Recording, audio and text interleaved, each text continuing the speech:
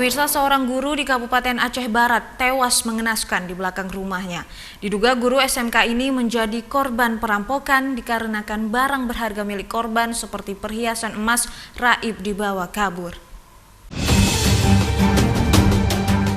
Fitriani, 45 tahun, seorang guru ditemukan tewas bersimbah darah di belakang rumahnya di Desa Suak Timah, Kecamatan Samatiga, Kabupaten Aceh Barat, Kamis malam.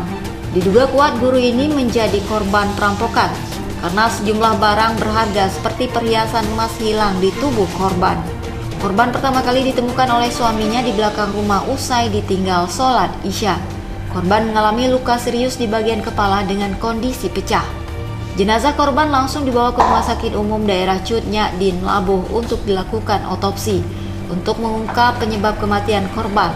Satuan Reskrim dari Polres Aceh Barat langsung melakukan olah tempat kejadian dengan memeriksa sejumlah saksi. Setelah abang tahu setelah abang kasih informasi pada saya bahwa kakak ada perampokan. Setelah itu baru saya pergi tempat abang saya dan ternyata kakak memang letak di luar rumah. Nah, ini kondisinya bagaimana Pak saat ditemukan? Kondisi kakak itu? Ya sudah nggak ada nyawa itu. Itu ada luka Pak? Luka di kepala. Di kepala. Nah, kalau barang yang hilang apa aja Pak? Emas. Yang nggak jelas di leher yang selanjutnya nggak tahu. Ini korban ini bekerja sebagai apa Pak? PNS. PNS Pak? Guru.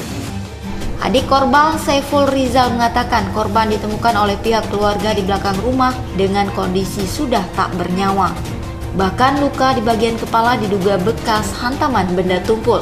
Selain itu, barang berharga seperti emas yang ada di tubuh korban juga hilang. Polisi bersenjata lengkap melakukan penjagaan pasca kejadian. Polisi belum memberikan keterangan secara resmi dengan alasan masih melakukan penyelidikan. Dari Kabupaten Aceh Barat, Afsa Ainus melaporkan.